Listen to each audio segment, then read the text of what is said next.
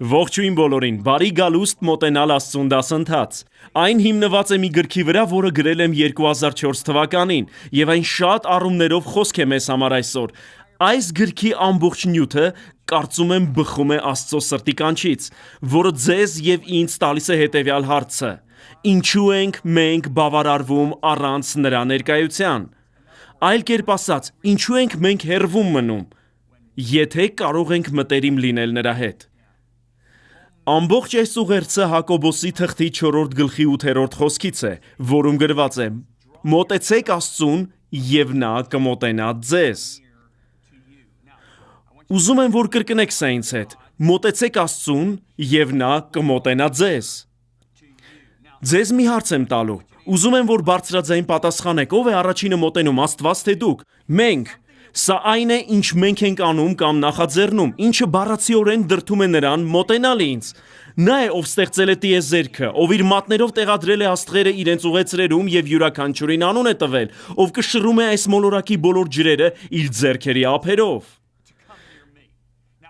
Չգիտեմ ձեր կարծիքը, բայց սա իսկապես ոգևորում է ինձ։ Այնպես որ ըստ էության առաքյալը նկատի ունի։ Իրականում Աստված նկատի ունի Հակոբոս առաքյալի միջոցով, որ դուք եք որոշում Աստծո հետ ձեր շփման մակարդակը։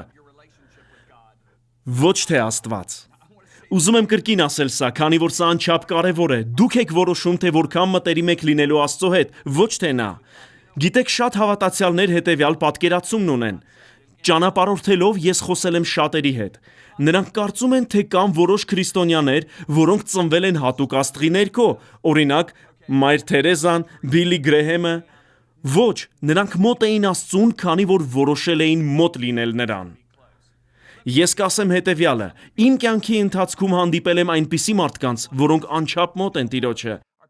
որոնց դուք երբեք չեք տեսնի ամբիոնների ետևում։ Նրանք կանչված չեն քարոզելու համար, այդ մարդիկ մոտ են նրան, քանի որ որոշել են մոտ լինել։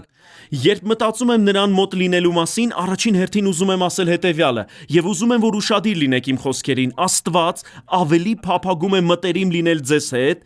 քան դուք նրա հետ։ Այո, սա ճշմարիտ է։ Նա ավելի շատ է ուզում մոտ լինել ձեզ, քան դուք նրան։ Հակոբոսի 4-րդ գլխի 5-րդ խոսքում գրված է.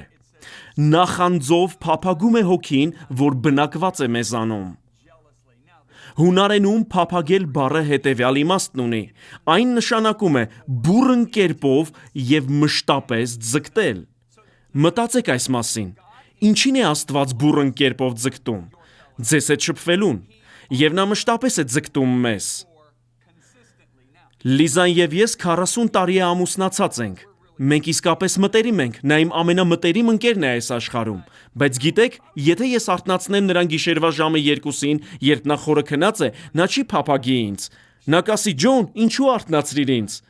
Բայց գիտեք, եթե ես արթնանամ գիշերվա ժամը 2-ին, Սուրբ Հոգին պատրաստ կլինի շփվել ինձ հետ։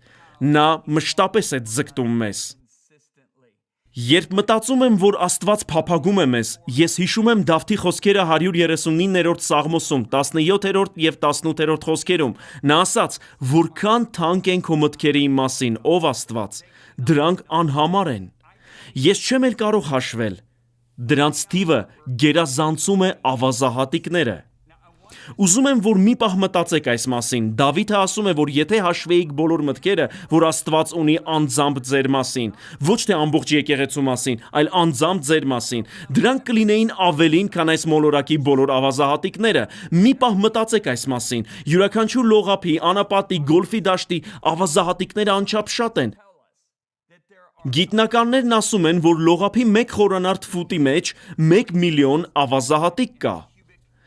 1 միլիոն։ Ես ամենաշատը մտածում եմ Լիզայի մասին։ Գիտեք, դուք շատ չեք մտածում այն մարդու մասին, որի կողքին չեք ուզում լինել, եւ Լիզան նա է, ում ամենից մոտն եմ ուզում լինել այս երկրում։ Եթե ես մտածեի Լիզայի մասին 12 վայրկյանը 1 վերջին 40 տարում, չէի լրացնի 10 քառակուսի ֆուտ լողափում։ Սա իսկապես զարմանալի է։ Ձկնորսները կարող են չափազանցնել, որսորդները նույնպես, մարզիկները նույնպես, բայց Աստված չի չափազանցնում, քանի որ չափազանցությունը սուտ է, Իսկ Աստված չի կարող ստել։ Աստված ասում է, որ իր մտքերը ձեր մասին ավելի շատ են, քան յուրաքանչյուր ավազահատիկ այս աշխարհում։ Եվ նա չի չափազանցնում։ Դուք հասկանում եք, թե որքան է նա մտածում ձեր մասին, այսինքն նա գիտի, թե քանի մաս կա ձեր գլխին։ Գիտնականներն ասում են, որ մարդու գլխին կա միջինը 100,000 մաս։ Եթե ես մի սրահ մտնեի, որտեղ 10,000 մարդ լիներ, արդյոք կարող էի ասել, թե տվյալ պահին քանիսի գլխին 999,996 մաս կլիներ։ Նույնիսկ եթե կարողանայի կռահել այդ թիվը, մի քանի րոպե անց ես սխալված կլինեի, քանի որ մեր գլխից օրական մոտավորապես 52 մաս է թափվում, իսկ Աստված գիտի, թե քանի մաս կա ձեր գլխին յուրաքանչյուր պահին։ Դուք հասկանում եք, թե որքան է նա մտածում ձեր մասին։ Նա ձգտում է ձեզ, նա փափագում է ձեզ։ Ահա եւ այս ուղերձի նպատակը՝ արթնացնել ձեր քաղցը նրա հանդեպ, քանի որ նա արդեն իսկ ձգտում է մոտ լինել ձեզ։